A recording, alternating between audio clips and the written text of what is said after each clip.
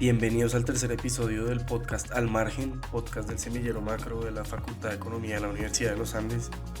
Hoy tuvimos el gusto de hablar con Mauricio Cárdenas, actualmente candidato presidencial, exministro de Hacienda, exdirector de Desarrollo, exdirector del DNP y exministro de Minas y Energías, entre otros.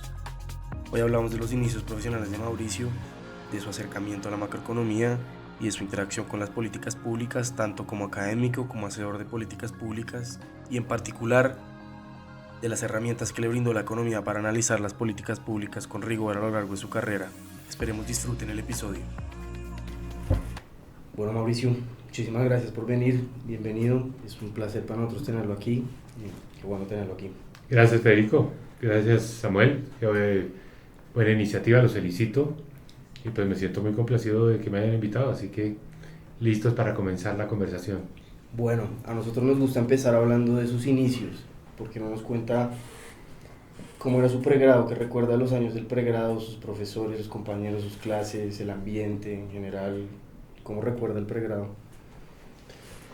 Bueno, es increíble porque en el fondo pues han pasado bastantes años, como 40 años, pero son imágenes muy vivas, muy frescas. O sea, yo cada vez que entro a la universidad es como si estuviera llegando ese primer día que empecé acá, y la universidad ha cambiado, sí, pero tampoco tanto, ¿no? Entonces, la disciplina, la profesión ha cambiado, pero tampoco tanto. Entonces, son imágenes que uno tiene muy, muy vivas. Yo venía de un colegio calendario A, pero entré con los de calendario B. Y cuando entré a la universidad, entré un poco preocupado porque muchos de mis compañeros no entraban a los Andes, sino que entraban a la Javeriana, a otras universidades. Entonces uno venía siempre como con la idea de que estaba en el lugar equivocado. Me tomó un tiempito en como cogerle el ritmo y sobre todo sentirme totalmente cómodo. Fue amor a primera vista, mi amor con la profesión. Pues a mí me gustaban los números, me gustaban siempre las matemáticas en el colegio. No sabía mucho de economía, no es como ahora que en los colegios ya enseñan bastante economía, entonces yo creo que el estudiante sabe a qué se está exponiendo y en qué se está metiendo. Yo no sabía prácticamente nada, pero me encantó, me cautivó la economía y me fue enganchando de una manera en la que pues me volví como ese estudiante apasionado que se leía todo, que digamos se interesaba por los temas, participar en clase, en fin, me enganchó de una manera donde yo creo que desde muy temprano en la carrera yo tuve claro que quería hacer un doctorado en economía. Entonces ya me empezó como me empecé a perfilar en ese sentido y bueno, la vida me fue llevando de estudiante del pregrado, hice el PEC, de ahí salí a hacer el doctorado, trabajé 2 años en Desarrollo y le dediqué 10 años, yo diría, de mi vida a esa formación. Entonces, bueno, mis profesores en un comienzo también creo que fueron muy importantes para la motivación y para encarretarme con esta profesión. ¿Algún profesor específico que...? Sí, a ver, yo tuve muchos profesores muy buenos, pero tuve un profesor con el que interactué mucho, que era un chileno que vivía en Colombia exiliado, que se llama Oscar Landerreche, que dictaba macro. Entonces yo tomé todas las materias con él, pues muchas macros con él, mucho de lecturas dirigidas, en fin, en ese momento pues estaba de moda el estructuralismo. Y me acuerdo que cuando yo había terminado ya toda la serie de las macro, había un texto de macroeconomía estructuralista de un profesor de MIT que se llamaba Lance Taylor, y era tal el gusto que yo le tenía a la profesión que le pedimos un grupo de estudiantes a Landerreche que nos enseñara un seminario solo para leernos ese libro de macroeconomía estructuralista. Pero todo esto para decirles, Landerreche fue influyente también en mi formación. Todo el campo de economía política, me gustaron esos temas, leer los clásicos. Había profesores, digamos, muy buenos. Ulpiano Ayala me dictó doctrinas económicas. Creo que fue la oportunidad en mi vida de leer. Nunca tuve después la oportunidad de seguir leyendo clásicos o cosas así. Y bueno, todo el tema de comercio internacional. Mis profesores de economía internacional eran gente joven que me llevaba 4 o 5 años en la profesión. Ejemplo, Leonardo Villar, hoy gerente del Banco de la República, fue profesor mío. Hernando José Gómez, hoy fue profesor mío. Sergio Clavijo fue profesor mío. Todo ese grupo, Eduardo Lora fue profesor mío. Y hubo 2 profesores que fueron muy importantes en el inicio de mi carrera y fueron y han sido grandes amigos míos. Guillermo Perry, que me dictó Teoría y Política Fiscal, y ese es un campo que siempre me atrajo, y José Antonio Campo, que me dictó Política Económica Colombiana, y que fue a su vez mi primer jefe, porque yo terminé el pregrado y me fui a trabajar como asistente tanto de Ocampo como de Perry en Fedesarrollo. Y ahí arranco yo en mi carrera ya de investigador junior, muy de cerca 3 nombres, a ellos 2, más Eduardo Lora, que también trabaja en Fedesarrollo. Eran mis 3 jefes, yo era asistente de investigación. De ahí me voy al doctorado y de ahí regreso a Fedesarrollo, y pues ahí ha sido una relación ya de muchos años, o tuve una relación de muchos años con Fedesarrollo. Mauricio, y usted dice que se cautivó, que fue amor a primera vista, Sí. ¿qué fue lo que lo cautivó enfermamente? Yo creo que el sentido de relevancia, o sea, primero que, por ejemplo, yo quise también estudiar ciencia política. Si ustedes leen el anuario mío del colegio, dicen, va a estudiar economía y ciencia política, era mi idea. Y alcancé a tomar muchas materias de ciencia política, pero en el camino me di cuenta que la economía me gustaba más, la sentía más estructurada, más sólida, más exigente en cierto sentido, en términos de coherencia por los modelos, las matemáticas. Siempre me gustó mucho, digamos, las matemáticas y estadística, econometría. Entonces, sentir que estaba estudiando algo sólido, ¿no? Y al mismo tiempo relevante, importante, con capacidad de hacer cosas, con capacidad de transformar, con capacidad de, digamos, enfrentar problemas serios, grandes, el crecimiento, el desempleo, la desigualdad. Esos son temas que pues, a cualquier persona interesada en lo público le van a atraer y le van a cautivar. Y si tiene más herramientas y más instrumentos y hay más conocimiento y hay más historia, ¿no? Entonces también eso ayuda muchísimo a que uno diga, no, lo mío es la economía. Y yo en un momento dado ya dije, no voy a persistir con lo de ciencia política, me voy a dedicar más bien a ser un buen economista. Bueno, ahí tocó otro tema que también queríamos tocar, y es que, por supuesto, usted es un semillero de macroeconomía. Usted tuvo puestos muy de macroeconomista, ¿no? En Desarrollo, en el Ministerio de Hacienda, por supuesto, pero también tuvo otros muy variados en el Ministerio de Transporte, en el Ministerio de Desarrollo, en el DNP. ¿Usted qué le ve especial a la macro, aprender la macro? ¿Qué le cautivó de la macro? Si fue que le cautivó chiquito, creo que sí, Sí. por la derreche, pero ¿qué le ve especial? A ver, dentro de todas las áreas de la economía, la macroeconomía sin duda alguna fue la que más me atrajo. Y yo diría macroeconomía internacional, o sea, digamos como macroeconomía de economías abiertas, pongámoslo así. Eso era lo que me parecía, porque me gustaban todos los temas de política económica en economías abiertas, política económica, política cambiaria, política monetaria, política fiscal, en economías abiertas. Yo creo que en el fondo siempre pensaba que como economista iba a ejercer en esas funciones de política económica, entonces qué mejor preparación y formación que eso. Entonces sí, esas fueron las materias que más me cautivaron, y en el doctorado hice una de mis 2 áreas de especialización, fue macroeconomía. Entonces sentía pues como una conexión directa con lo que iba a ser mi oficio. Y bueno, pasaron los años, no es que yo estuviera obsesionado con eso, ni que fuera la meta y que quisiera llegar allá y tal, pero pasaron los años y fui ministro de Hacienda, y obviamente era como el camino normal para llegar a ese puesto. O sea, una anécdota acá es que cuando el presidente Santos me ofrece ser ministro de Hacienda, yo le dije, medio en serio, medio en chiste, le dije, bueno, tal vez es el único cargo para el cual no necesito un curso de inducción, porque me he dedicado toda la vida a esto, ¿no? Sí. Bueno, también hay otro tema que ya medio mencionó un poco, y también lo mencionó en el episodio temporal suyo.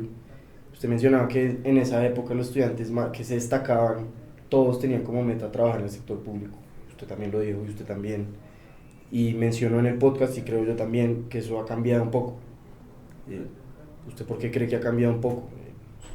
Yo creo que ha sido una mezcla de cosas, pero la misma disciplina, la misma economía, pues no necesariamente hoy está formando personas que su único propósito es ser funcionarios del gobierno, porque digamos, hay muchas áreas de la economía que no necesariamente encajan bien con las responsabilidades del gobierno. Entonces la disciplina ha evolucionado y pues yo diría que en muchas direcciones no, no en el sentido que va a formar a los futuros ministros de Hacienda, sino personas que quieren investigar temas de economía del comportamiento, temas de organización industrial, temas, por ejemplo, relacionados con, eh, digamos, diseño de políticas sociales, evaluaciones de impacto, todo eso, pues sí, obviamente hay espacio en el sector público, pero hay muchas más aplicaciones diferentes, incluso hay muchas aplicaciones que son de utilidad para el sector privado. Uno ve hoy, por ejemplo, en el mundo que empresas como Google, como Uber, como Facebook, pues contratan muchos economistas, porque les interesa entender cómo hacer la fijación de precios, cómo diseñar su publicidad, cómo diseñar, digamos, un producto, en fin. Entonces la misma economía ha evolucionado en una dirección donde el empleador, y eso es bueno, no necesariamente es el sector público. Tal vez en épocas en las que había menos especializaciones, menos áreas, pues macroeconomía pues sí significaba prácticamente como que o trabajar en un banco central o trabajar en un ministerio de Hacienda o trabajar en un banco comercial entendiendo, anticipando lo que van a hacer los banqueros centrales y los ministros de Hacienda, pero ese mundo afortunadamente pues ya se quedó chiquito, hay muchas otras cosas interesantes y por eso hay muchas personas que estudian economía pues que no tienen los ojos puestos en el sector público. Bueno, Mauricio, ahora quiero hablarte de algo que para nosotros en el pregrado es, o sea, nosotros empezamos con el libro que tú escribiste, todos los estudiantes de acá de la universidad y de otras universidades, con el libro de Introducción a la Economía Colombiana. Ya son 4 ediciones desde el 2009, si no estoy mal. Sí, sí. Cuéntanos un poco por qué se te ocurre Sí. escribir el libro. Mira, eso fue una coincidencia porque yo era director de FEDesarrollo y hacía muchos proyectos para el Banco Interamericano de Desarrollo. El Banco Interamericano tenía y aún tiene unas iniciativas que se llaman la Red de Centros de Investigación y periódicamente lanzan concursos, convocatorias para que los centros de estudios en América Latina presenten propuestas y pues participen de esos proyectos. Hice muchos proyectos para el BID dentro de la red de centros. La red de centros tenía como padrinos a Ricardo Hausman, que había sido Chief Economist del BID, y a Guillermo Calvo, también Chief Economist del BID. Entonces yo estaba siempre muy engranado con el tema de la red de centros. Y un buen día salió una convocatoria para que un proyecto, que era algo atípico porque siempre eran proyectos de investigación para abordar algún tema puntual. Yo hice muchos, por ejemplo, en el mercado laboral, temas de demanda de trabajo, informalidad, regulación laboral. Yo había hecho muchos proyectos de esa red de centros y un buen día sale una convocatoria para escribir en varios países de América Latina, los que se ganaran el concurso, los textos de introducción a la economía de cada país. Y yo participé. Incluso recuerdo haber llamado a Juan Carlos Echeverry, que era decano de economía aquí en los Andes, y le dije, oiga, hagamos una cosa, hagamos el libro juntos, hagamos este libro juntos, presentémonos algo atípico, que es la Facultad de Economía y FEDesarrollo, hacemos una única propuesta, escribimos este libro juntos. Y Juan Carlos me dijo, no, competencia es competencia, los Andes va a presentar su propuesta, usted presente la suya de FEDesarrollo. Le dije, bueno, listo, a competir, se dijo, me la gané, ¿no? Y me la gané, y entonces ahí por lo menos ya habían pues, digamos, lo que tenía la ventaja de esto es que tenía fondos para hacer el libro y poder tener asistentes y equipo. Y FEDesarrollo es un sitio buenísimo para hacer este tipo de proyectos porque FEDesarrollo, pues hay equipos de investigadores juniors. Y yo me acuerdo, pues con todo el equipo, a cada uno le dije, bueno, usted me ayuda con el capítulo laboral, usted me ayuda con el capítulo de inflación, usted me ayuda con el capítulo de comercio exterior. Entonces todo el equipo de FEDesarrollo me ayudó a armar el libro. Me ayudó mucho en esa primera edición también Roberto Junguito, como a conceptualizarlo. Ya él había sido ministro de Hacienda, una persona, digamos, que era una especie de referente en la profesión. Roberto también me dio sus ideas. Escribí el libro. Como anécdota, cuando tuvimos la primera reunión, donde juntaron a todos los grupos de América Latina que estábamos haciendo los libros, había un libro para Perú, un libro para Argentina, en fin, el de Chile. El promotor de esta iniciativa era Guillermo Calvo, Chief Economist del BID. Y él empezó la reunión diciendo, mire, hay algo mucho más importante que ser ministro. Yo ya había sido ministro y él me miraba. Hay algo más importante que ser ministro y es escribir un libro que mucha gente lea. Eso es más importante, como diciendo usted está haciendo aquí la tarea más importante. Yo no me imaginaba lo importante que iba a ser eso, porque ese libro ha servido para formar pues ya varias generaciones. Y tal vez de las cosas más gratificantes que yo he tenido en la vida es que un día estaba en un supermercado en la zona de frutas y la vendedora de las frutas se me acercó y me dijo: ¿usted es el doctor Cárdenas? Y le dije: sí, yo soy Mauricio Cárdenas. Y yo pensé que me iba a decir: bueno, es que yo lo vi en televisión, usted fue ministro de esto, de lo otro. Me dijo: le quiero decir gracias, mis 2 hijos han estudiado con su libro. El libro está vuelto nada, pero el libro está vuelto nada porque los 2 hijos han estudiado, pero han aprendido con ese libro. Y yo dije: ya la logramos. No, y ese libro pues lo usamos recurrentemente después de la clase. Yo por lo menos en otras clases lo he tenido que usar muchas veces. Como para entender conceptos. Para entender conceptos, para recordar cifras. Y revisar literatura, hay un montón de literatura. Y sabe que tiene otra cosa, pues, que es deliberada, es que sea como autocontenido. Usted se lee el capítulo de política fiscal, ya no tiene que leerse todos los capítulos para entender ese. Entonces, si alguien está trabajando ese tema, o el de mercado laboral, o el de pobreza, ¿no? Sí. Pero ya toca hacerle la nueva edición, la verdad. Vamos a ver cuándo, porque ahora estamos en otras cosas. Sí. ¿No? Bueno, Mauricio, y antes, ¿cómo se dictaba la clase antes del curso? O sea, ¿qué cambió cuando implementaste el libro? Bueno, a ver, desde cuando yo tomé el curso, primer semestre, no había texto, había una cantidad de lecturas, pero ¿qué creo yo? Que eran unas lecturas ya muy avanzadas o más sofisticadas y que exigían más conocimiento previo del que uno tenía en primer semestre, porque ya lo ponían a leer pues los papers y tal. A mí me parece que este libro es como un ejercicio de traducción de una cantidad de conocimiento que tenemos de los papers que se han escrito sobre los diferentes temas, pero el esfuerzo está en traducir eso de una manera que el estudiante de primer semestre, primero, le guste, segundo, entienda y tercero, se interese. Porque ¿cómo veo yo ese curso de introducción y cómo lo he dictado siempre? Es: oiga, estudiantes, esta es una carrera fascinante, esto es fantástico, ¿no? Miren la cantidad de temas a los que ustedes pueden trabajar, miren lo importante, lo relevante que es esta profesión. Entonces le abre a todo el mundo el apetito. Es que le abre el gusto por la profesión.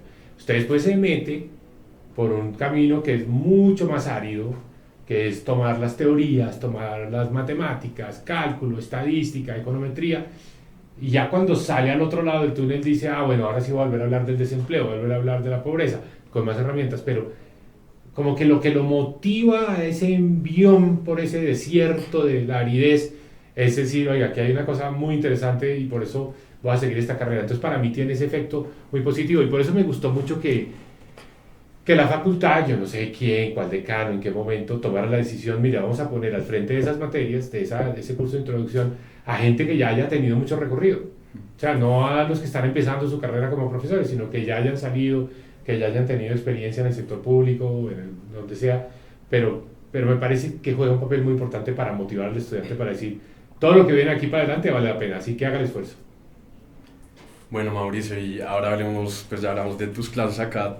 También estuviste en Estados Unidos dictando en Columbia, en la Escuela de Asuntos Públicos e Internacionales.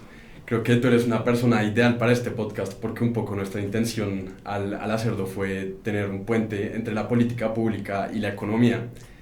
Entonces queremos preguntarte un poco, pues siendo tú una persona que dictó cursos justamente en eso, ¿crees que los economistas necesitamos ese tipo de cursos o crees que la política pública se puede aprender de forma directa trabajándola en el lugar? A ver, ser buen hacedor de políticas públicas requiere algo más de ser buen economista. Obviamente, el ser buen economista es un excelente punto de partida, da las fundaciones, o sea, es lo que crea sin eso no hay nada, porque si uno no entiende las relaciones entre las variables, si uno no entiende la diferencia entre lo que es correlación y lo que es causalidad, lo engatusan, lo enredan. En el sector público hay una cantidad de gente que echa cuentos, hay mucho charlatán, hay mucha gente que dice: le tengo la solución. Y qué bueno no tener la estructura para decir si es solución o no es solución, si hay causalidad o no hay causalidad, si hay buena evidencia que lo respalde o no. O sea, es una formación fantástica. Y por cierto, es como un idioma que si uno lo aprende joven, como están ustedes, es mucho mejor. Cuando la gente trata de aprender esto después es mucho más difícil. O sea que este es el momento perfecto para absorber todo esto y después para la política pública pues da esa estructura muy sólida. Pero no es suficiente. No es suficiente porque la política pública tiene mucho de explicar, o sea, comunicar. Los economistas no necesariamente somos buenos en eso porque somos muy técnicos, usamos un lenguaje muy de nicho, ¿no? Usamos un argot muy particular. Entonces eso frena mucho la comunicación entre el economista y el político, que es el que va a tomar las decisiones. La decisión al final del día la toma un presidente y un gabinete o un congreso. Entonces el economista tiene que pues, saber traducir, tener esa versatilidad para explicar en un lenguaje mucho más común. Entonces, por ejemplo, a la formación de economista aquí, para ser buen hacedor de políticas públicas, le faltarían unos cursos de comunicación, expresión escrita, expresión oral, etc. Bueno, eso como para hablar de ese aspecto. Pero otro elemento es, y en eso la profesión ha avanzado muchísimo, no tener una visión economicista, que la realidad es mucho más compleja y hay que incorporar otras dimensiones en las decisiones de política pública. Entonces, bueno, afortunadamente hoy la economía pues es mucho más amplia, es mucho más abierta, está más dispuesta a recibir el conocimiento de otras disciplinas, la psicología, la antropología, la sociología, la ciencia política, en fin. Entonces, en eso también la economía se ha enriquecido mucho. Pero si tuviera que resumir, ¿qué hace que un economista se pueda convertir en un buen funcionario que hace políticas y que transforma a través de las políticas públicas? Yo diría capacidad de comunicar y capacidad de explicar muy bien a audiencias no economistas. Y digamos, si usted volviera a escribir el libro, ahora que ya estuvo en una facultad que no es de economía y estuvo enseñando otras cosas, ahorita que acaba de mencionar que hay que incorporar otras ciencias, sí, o no necesariamente en el libro, pero que aprendió de no dar clases en una facultad de economía que podría poner en el libro, o que a los economistas nos hace falta, digamos, más allá de comunicarse, que cree que nos puede hacer falta, que él pondría en el libro que aprendió, por ejemplo, en Colombia? Bueno, no lo metería en el libro de introducción porque lo haría ya demasiado largo, ya en sí mismo es un libro muy extenso, pero sí he querido escribir otros libros. Escribí uno que se llama ¿Cómo avanza Colombia?, que es un libro donde hablo de casos de éxito en los que Colombia ha logrado progresar y cuáles son como los denominadores comunes de esos casos de éxito, qué lecciones derivo yo, qué lecciones creo que se pueden aprender de esos casos de éxito en los que Colombia ha logrado avanzar. No quiere decir que Colombia haya avanzado en todos los campos, pero en unos campos logró, digamos, hacer las cosas bien. Y ahí cuento mucho estas anécdotas de qué creo yo es necesario para que, aún con las buenas ideas, teniendo buenas intenciones, teniendo propuestas sólidas, porque en algunos casos se encallan y porque en otros casos tienen éxito, y cuáles son esos elementos de liderazgo, de comunicación, de persuasión, de suerte también, que hacen que algunas políticas buenas puedan prosperar y otras que también son buenas, todo el mundo piensa que hay que hacerlo, no logran prosperar. Eso creo que nos lleva a ese mundo que es el mundo de la política. Bueno, ahora queremos pasar a otra parte un poco distinta de la entrevista, y es un poco la especialización en la economía. Usted, como nos contó, también estudió ciencia política. Sí. Y Keynes tiene una frase muy famosa de que un buen economista tiene que ser matemático, historiador, estadista, filósofo. ¿Usted qué cree de esa frase? ¿Qué le nutrió haber estudiado ciencia política como economista para los estudiantes hoy que solo están estudiando economía, o que están pensando en otra clase, o que quieren ser ese gran economista que describe Keynes? A ver, muy buena pregunta. Yo creo que yo empecé a estudiar ciencia política porque me gustaba la política. O sea, porque yo me veía al final de mi carrera, en algún momento, en gobierno, funciones de gobierno, ¿no? Eso me atraía mucho como forma de vida, como propósito de vida, ¿no? Ser una persona con responsabilidades públicas y el diseño y la ejecución de políticas públicas. Y por eso mi carrera rápidamente gravitó hacia allá. Entonces yo creo que yo entré a ciencia política diciendo, bueno, yo en el fondo quiero ser un político, voy a ser un político. Pero no, la verdad es que al comienzo los cursos de introducción a la ciencia política, por cierto me pasó una cosa muy curiosa en ese primer semestre que tomé introducción a la ciencia política, ya les conté que yo entré con los de calendario B, yo venía de calendario A, y el profesor de ese curso de introducción a la ciencia política hizo una pregunta a los que estábamos tomando la materia y dijo, ¿ustedes de qué colegio vienen? Y todos venían de los de calendario B, el San Carlos, el Nueva Granada, el Anglo, y a todos pues el profesor los destacaba como los mejores colegios, y cuando me tocó el turno a mí, yo dije, yo vengo del Liceo de Cervantes, y él me dijo, no, ese colegio es pésimo, a usted le va a ir muy mal en esta universidad, a la gente del Cervantes le va mal en los Andes, hay una deserción altísima. Yo quedé tan angustiado, yo dije, no, por Dios, definitivamente aquí, este sí no es el sitio para mí, y quedé preocupado, pero tal vez eso me tonificó y me dijo, no, aquí hay que ponerle todo el impulso a esto, porque qué tal que sea verdad lo que dice este profesor. Al final resultó siendo una gran mentira, pero esas cosas a veces convienen también. Pasó también al llegar al doctorado. Yo llegué a un doctorado donde éramos unos 20-25 alumnos, y todos venían de las mejores universidades de Estados Unidos, de haberse hecho sus pregrados en las mejores universidades de Estados Unidos, y mucha competencia entre todos.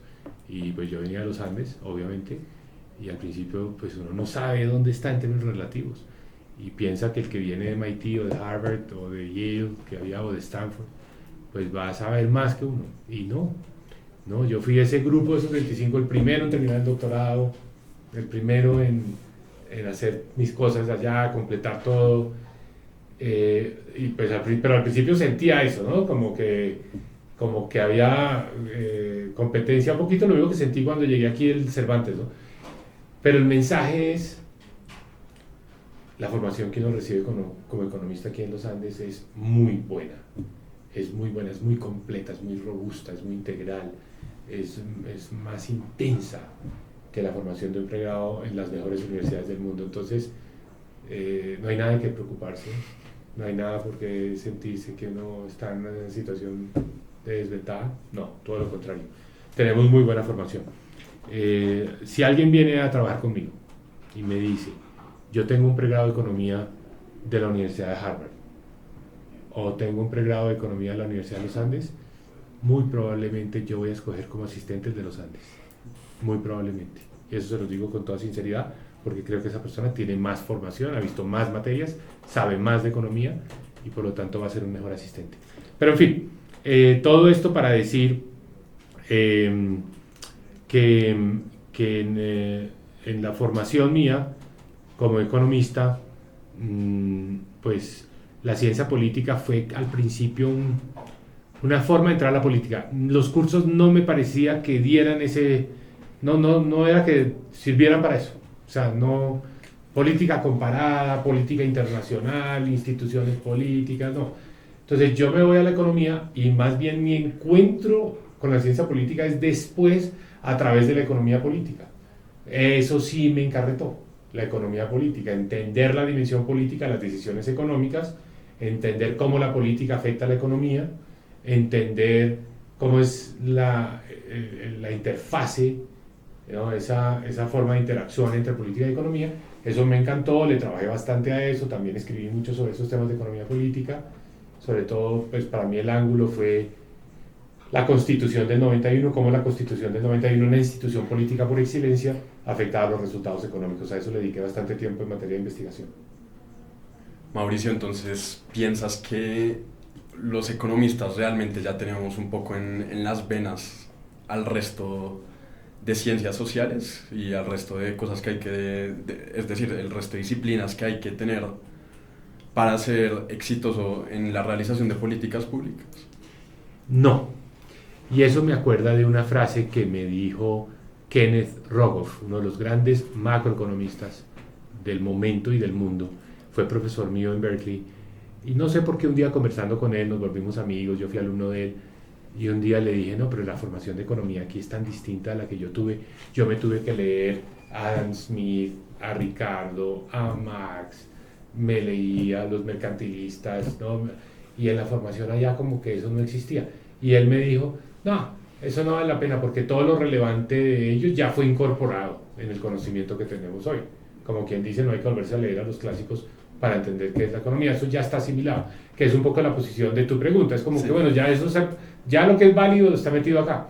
Y no, eso no es así, porque realmente, pues, hay unas cosas que han sido incorporadas, pero son parciales.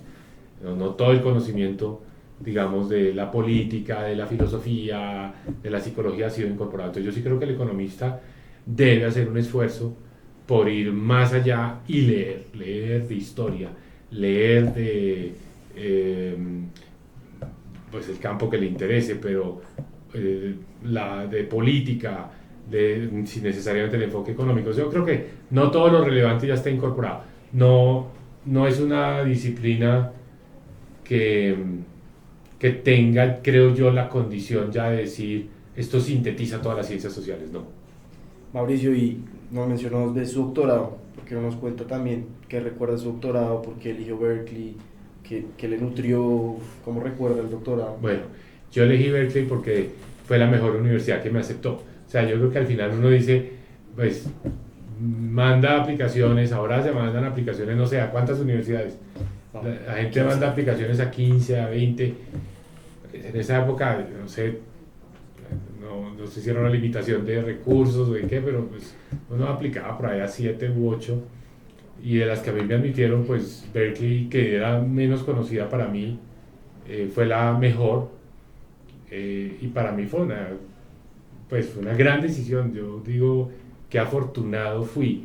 Y es un consejo que le doy a mis hijas y que le doy a los estudiantes, y es: no se obsesionen con que quieren estudiar en una determinada universidad, porque cuando uno se enfoca en una sola va a ser decepcionante. Las probabilidades de que la que uno quiere no salga son altísimas. Yo creo que uno tiene que mantener una actitud que para mí es la síntesis de la inteligencia, y es a donde vaya, donde le corresponde, a decir es lo mejor que me pudo haber pasado. Y yo te digo, Berkeley fue lo mejor que me pudo haber pasado a mí. Fue la mejor universidad en la que yo pude haber estudiado. ¿Por qué? Porque la facultad era muy buena, los profesores eran excelentes, el sitio, el ambiente de una universidad pública. Yo venía de una universidad privada, eso me abrió a más tendencias, a más diversidad, más liberal también, mucho más liberal. Entonces, bueno, para mi formación desde el punto de vista integral fue fundamental. Y una excelente facultad de economía que me cogió a mí en una curva ascendente, o mejor, yo cogí a la universidad, a la facultad de economía de Berkeley en una curva ascendente.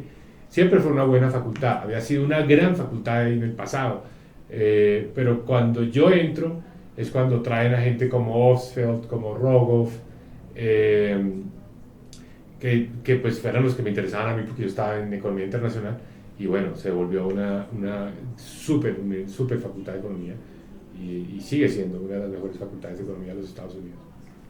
Bueno, Mauricio, quiero retomar ahora con el tema de que un economista no solo tiene que ser versátil entre las demás disciplinas, pero también dentro de la economía hay que ser versátil.